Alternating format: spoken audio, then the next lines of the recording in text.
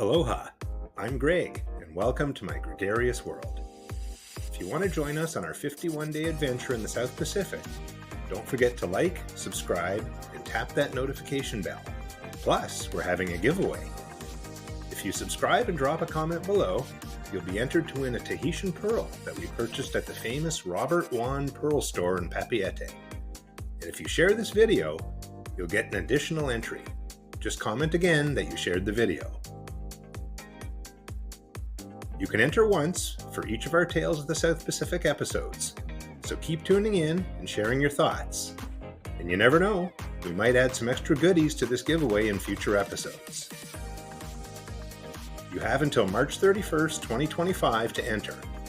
We'll pick a winner on April 1st and release a video that day announcing a winner. See all our giveaway rules in the description below. We started our day with the Zaandam still docked in Honolulu, and it was another gorgeous morning. Karen and I really enjoyed exploring Waikiki Beach and going to the Mauka Warriors Luau on our first day. Today, we were excited to try outrigger surfing in the morning before heading to Pearl Harbor later in the afternoon. Karen and I were fortunate to secure a last-minute 9 a.m. reservation with the Beach Boys and Big Wave Dave for some outrigger canoe surfing. So we woke up early, eager to hop on the bus to Waikiki Beach. We arrived just in time for our 9 a.m. reservation and received a quick overview of what we needed to do and what to anticipate during our surfing session. To our surprise, Karen and I found ourselves as the sole guests, giving us a private adventure. However, this also meant we had to put in some extra effort to maximize the fun, instead of simply relaxing in the canoe and letting others do the work.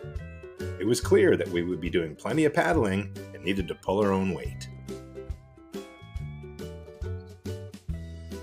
After the canoe was in the water, we jumped in and started paddling towards the surfers lounging on their boards to wait for the perfect wave. We soaked in stunning views of Diamond Head and Waikiki Beach while waiting for the ideal wave, sharing the moment with fellow surfers patiently waiting to choose the perfect ride.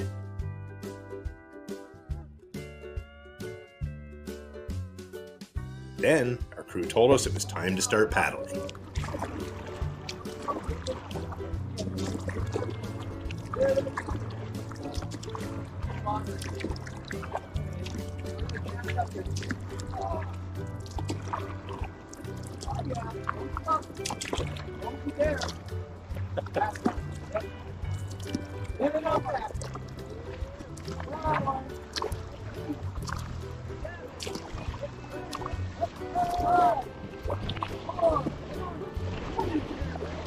Woohoo!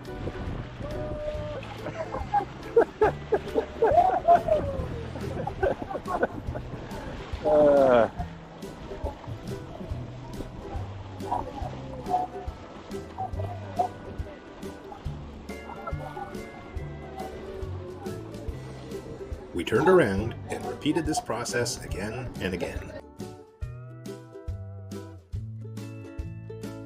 Riding the legendary waves of Waikiki Beach for almost an hour was an unforgettable and highly enjoyable experience.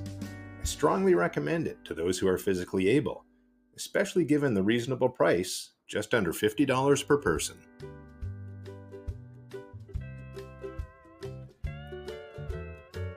We helped bring the canoe up onto the beach and said goodbye to our incredible crew. Karen and I couldn't linger because we had tickets to see Pearl Harbor and the Arizona Memorial that afternoon, so we headed back to the ship.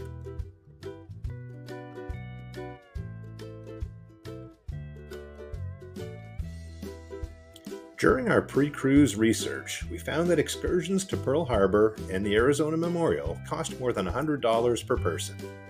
That seemed a bit steep, especially since entry to the Pearl Harbor National Memorial Museums and grounds is free.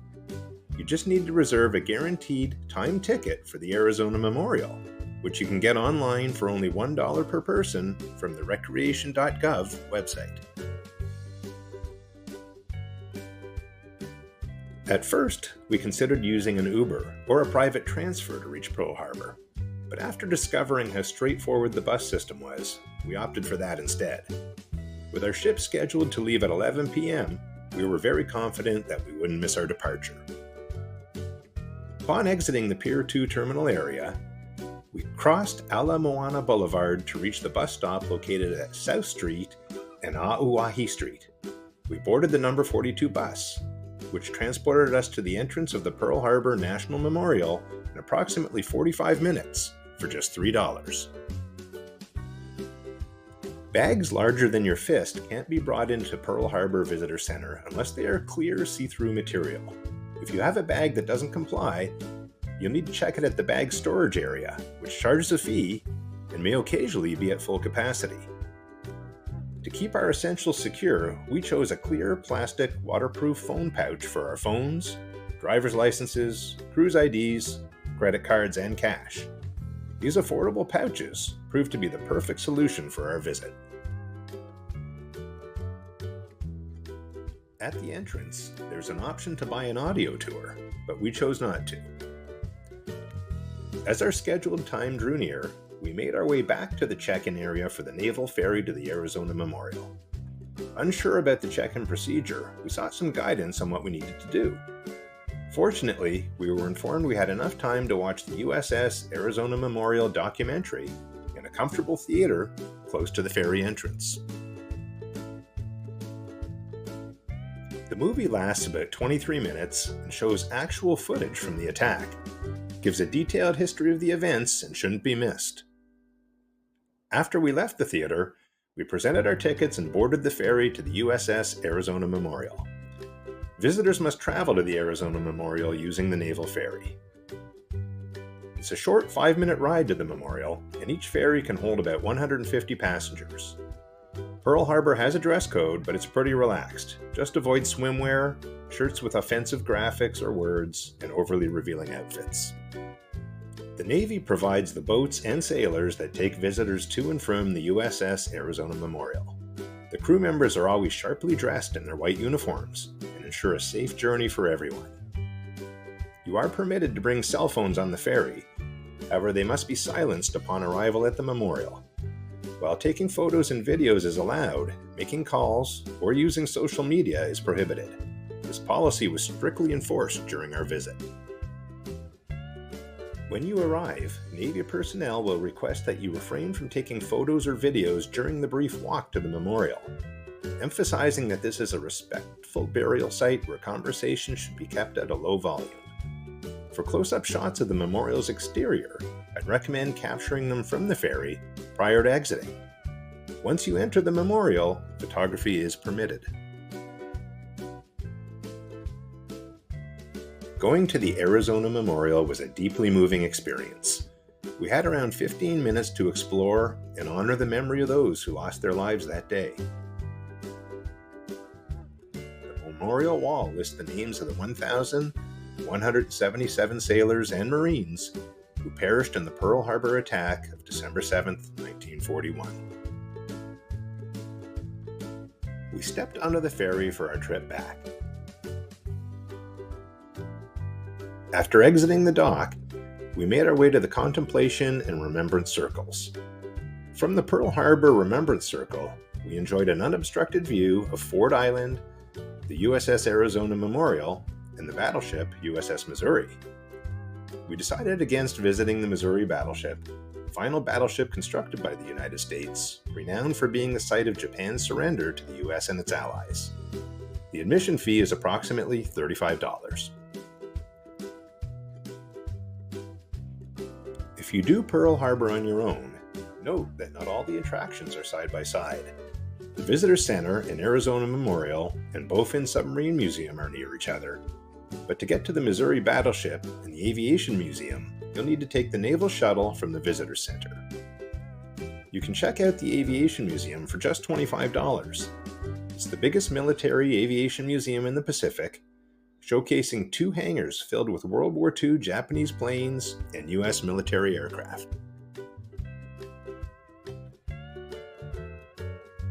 The Bowfin Submarine Museum charges $22 for admission, where you can explore the history of a highly decorated World War II submarine. Your visit includes two 30-minute tours. First, the Submarine Museum, followed by a tour of the USS Bowfin, both featuring self-guided audio options.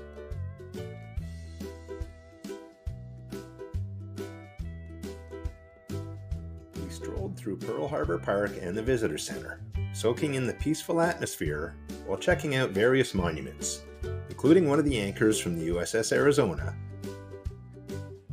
the Regulus I, the first operational U.S. Navy cruise missile, and the statue of the lone Navy sailor, which has steel from the Arizona in its base. When it was time for us to return to the cruise port, we left the Pearl Harbor Visitor Center and headed for the nearest bus stop. Since the bus we needed didn't stop where we were dropped off, Karen and I climbed the small hill to the bus stop at Kamehameha Highway and Arizona Memorial Plaza. If you have the Maps app on your iPhone, you can easily check the bus arrival times by tapping on the stop. The number 42 bus is the sole option for a direct 45-minute journey with no transfers required, running approximately every 30 minutes. We arrived back at the cruise port and boarded the Zaandam just in time to get ready for our 5 p.m. dinner reservation. Karen started with udon noodle soup with pork, shiitake mushrooms, ginger, sesame seeds, and green onions.